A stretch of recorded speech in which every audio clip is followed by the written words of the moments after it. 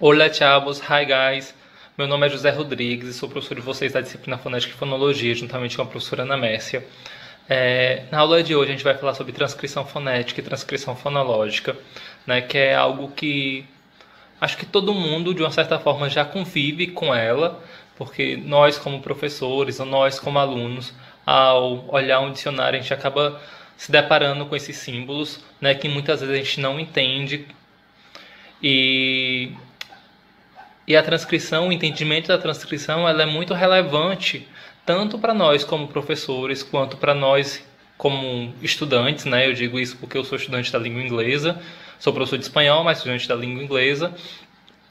O quanto isso é importante, porque nos transforma em estudantes mais autônomos, porque nos permite, ao conhecer aqueles símbolos, a procurar como se pronuncia determinada palavra sem precisar estar recorrendo a outras pessoas, né?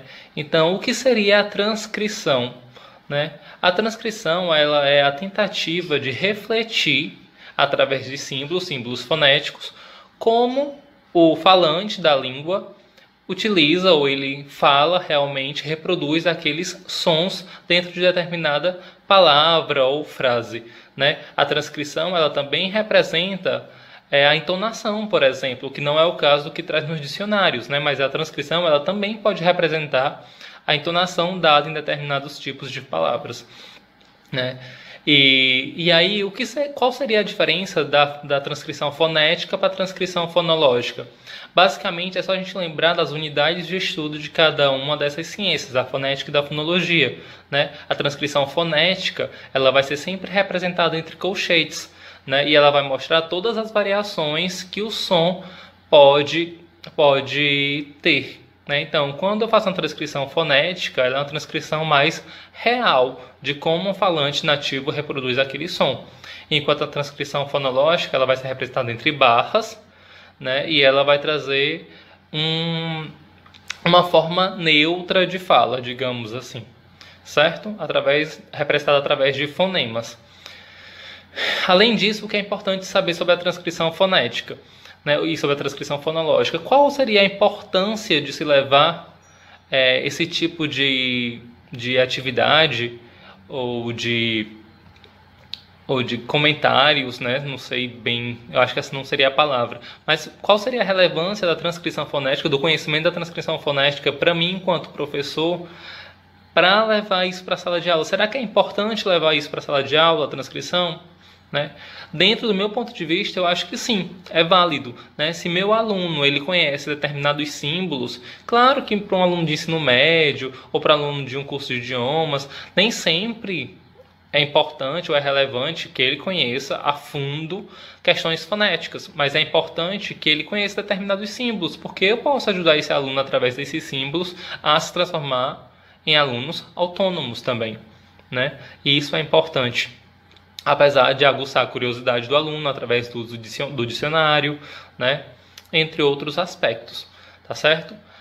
Com relação a esses símbolos, a transcrição, também é importante a gente lembrar sobre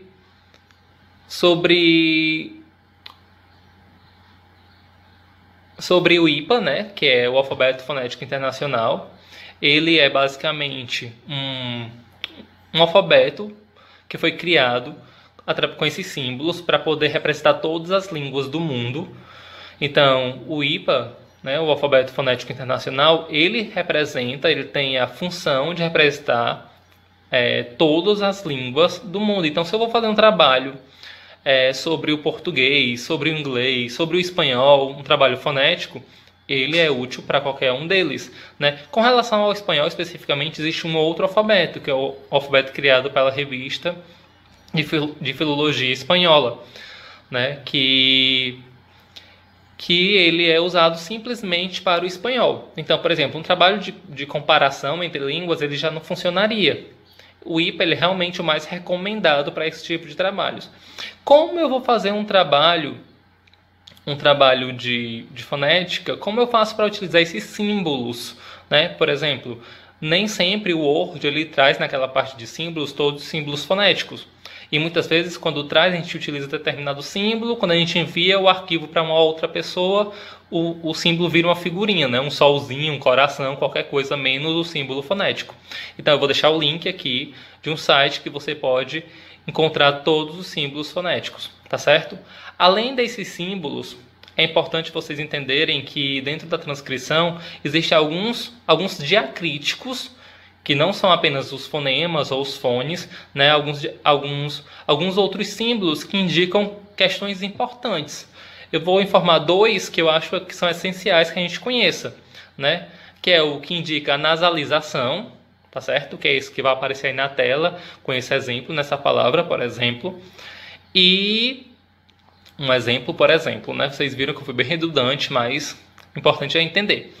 E a outra questão é os símbolos que indicam a sílaba tônica da palavra. Em algumas línguas isso é fundamental, né? A gente entender a tonicidade da palavra. O português, o espanhol, isso é super importante. No inglês também. Outra coisa que é importante é que esses símbolos de sílaba tônica, existem dois. O de sílaba tônica primária, que fica em cima, e o secundária, que fica embaixo. Nem todas as línguas têm os dois tipos de acento, certo? O primário e o secundário. E o outro símbolo que eu acho importante, dentro desses diacríticos, de conhecer, pelo menos inicialmente, é esse que indica o alongamento do som. Normalmente acontece com as vogais, tá certo? Como, por exemplo, como no português, a gente tem mania de, pelo menos na nossa região, de alongar a vogal de verbos no infinitivo e apagar o R, né? Por exemplo, amar e não amar, certo? Então eu vou mostrar aí a transcrição mais ou menos como é que fica através desse alongamento vocálico. Espero que eu tenha sido útil e qualquer dúvida é só perguntar. Hasta luego, see ya!